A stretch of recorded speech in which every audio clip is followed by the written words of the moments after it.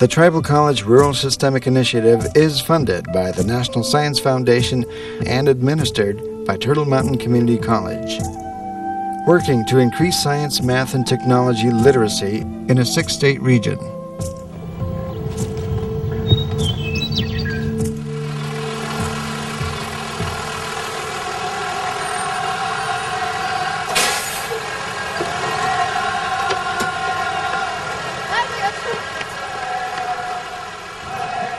Three mornings a week, the pulse of an ancestral tradition resonates throughout the halls of this recently constructed K-12 school.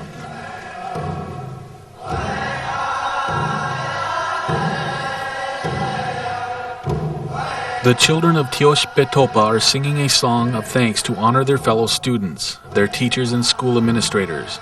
All agree that the drum ceremony, the heartbeat of the American Indian people, enriches the learning environment of this innovative school.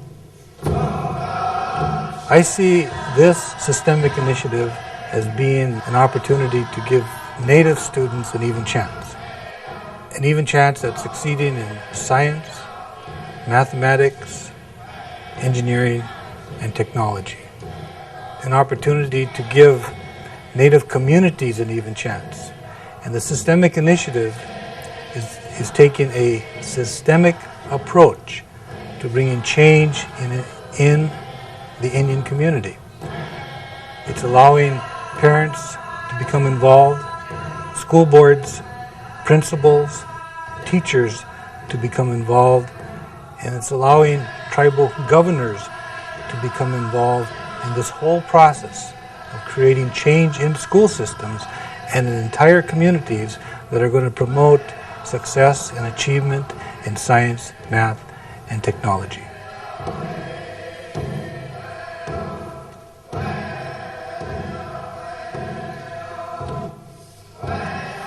The mission statement for Teoshpetopa basically is to combine the culture, to combine the old with the new. We want to maintain the culture and the spirituality of the Lakota people, but we also want to bring them the technology, the new learning, math and science and reading, the skills that they're going to need to be successful in today's world. We have pulled all of our resources together to try to focus on those three curriculum areas. The actual width of the connected math book is 8.5 inches and the height is 11 inches. So those are to blend ancestral knowledge and tradition with classroom instruction is a shared goal among Northern Plains tribes. Objective number 2. It is a collective effort that often involves tribal leaders, community educators, and local TCRSI coordinators. The advisory board was founded so that we could look at good and best practices, but also be able to bring in the community concerns. The crucial activity that we sponsored within the last 2.5 years has been the educational summit, in which we were able to go out and talk with educators, former students, and talk with them about their concerns for education in the 21st century. The sun is what color? Dave is what color? Yellow. Oh, Havit. We were able to bring in the traditional community and look at the cultural concerns as we are looking at a transition in our culture and our language. And we were able to have a good dialogue, focus groups, and came away with some ideas and some initiatives that we've been working on since. The results of efforts like this are as ingenious as they are varied. In the Crow community, they draw upon specific ancestral traditions for classroom integration. For instance, the Crow game of arrow throwing becomes a lesson in physics. A lesson in geology is derived from the study of rocks used for sweat lodges. These increments aren't the same, okay? 50-60% of the students on the Crow Reservation do speak Crow as their first language. We have a long history of developing culturally relevant curriculum. We have taken that a step further, and now we're moving towards developing some specific math curriculum, which no one's really done before here, and we're pretty excited about that. Also, we have a plant identification curriculum that we've made available to all the schools, and it's used from high school all the way through college. It's a local plant identification whereby students learn the Latin, the English, and the Crow name for a number of indigenous plants. Before educational reform can take place, existing institutional policy must be revised. The belief is, actually it's research-based, that the changes that you make cannot be sustainable if there isn't policy that supports them. Policy, for instance, that requires standards. Who remembers the type of engineer? For institutions like Turtle Mountain Community Schools, implementing curriculum reform based on national standards was paramount for classroom success. I think our policy is there, and it's not the policy that strengthens what we do, it's what we do to carry out the policy. And the students and these teachers who are working in the schools on science areas and math areas, they make that policy strong, and they're saying, well, look what we do with this, and we can show that when we have a policy and we do things in our classrooms to carry it out, we can become achievers to the highest level, and our schools can be recognized as a result of it. With the wheels of change in motion, administrators face a growing dilemma: the funding of professional development. Most TCRSI schools are located within economically disadvantaged communities. To fund the staff development, of which RSI is a major contributor, the cost to fund it is approximately $125,000. Of that $125,000, we receive 20% from Goals 2000. We receive $26,000 or 21% from Title I. We received 24% or $29,000 from State Goals 2000, and we received 35% of the total money, about $42,000, from RSI. Students from our reservation schools participate on the Lewis and Clark College campus this summer. I believe without RSI, we probably would have never had staff development, and I think the one that we have now in the fall is probably one of the better ones in the country. The Turtle Mountain Community School System consists of about 1,800 students, but when you add on the other surrounding smaller schools, we probably impact 3,000 students and 300 professional staff, teachers, in our professional development that we have at the beginning of the year.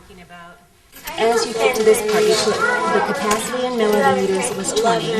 That professional development has taken place because Rural Systemic Initiative puts money into the consultants that come to the training, and we have had nationally recognized consultants come in, whereas our school system and the surrounding school systems would have never been able to pull that off without the support of the Rural Systemic Initiative. For the staff at Turtle Mountain, the overall benefit of professional development can be measured in the achievements of their students. In 1995, the math score composite for Belcourt students was 16.8. In 99, it was 18.6. That's 2 full points on ACT scores. Pretty phenomenal. And in 1995, in the science areas, it was 17.4. Last year was 19.2. As long as we keep our balance a little bit, I can do lots of work here by doing very little, huh? And isn't that kind of the purpose of machines? To do lots of work with very little effort? Right now, where do you think the force is? When hands-on, standards-based curricula, like Connected Math and FOSS, are incorporated into the classroom, teachers see in their students an accelerated desire to learn. When you allow children to be innovative, when you allow them to do things with their hands, when you allow them to think more, to be critical thinkers, to look at problems in different ways, you've got a totally different learning environment. And you can see that difference between a classroom where kids are doing on-hand things and being able to learn, as opposed to another one where there's lecture. And it goes again with the research that kids need to be doing things to learn. And that's the difference you see in a classroom where they're using the materials that we've been provided by RSI. And to me, that's the whole reason why kids are beginning to learn more, beginning to enjoy learning a lot better. And to me, when they learn to enjoy learning, you got it made. Your FOSS plane, how we're going to fly them is on a piece of string. An important aspect of TCRSI's work is to make schools aware of state and national standards in curriculum and assessment. They are the established guidelines that will carry these young people into their adulthood. I think that TCRSI has done a lot in getting local teachers to become aware of standards. I think that in the past, if you asked a teacher about the national science standards or what are the state science standards, that they would have had a pretty hard time giving you any kind of a specific answer.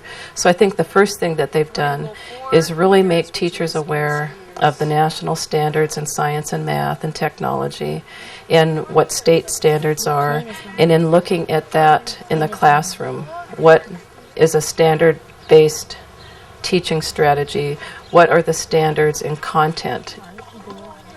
Through innovative improvements in math, science, and technology, post-secondary schools are seeing dramatic shifts in career interest.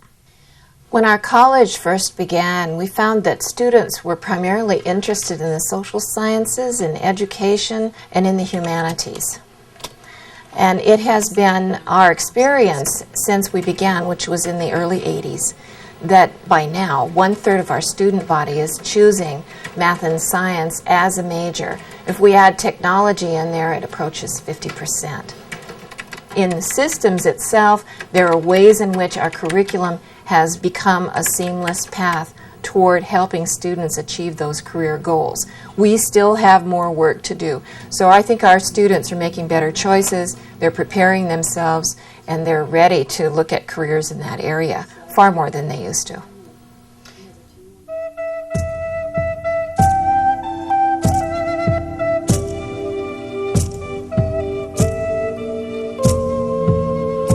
Sitting Bull, a Lakota leader, once said, "Let us put our minds together to see what we can build for our children.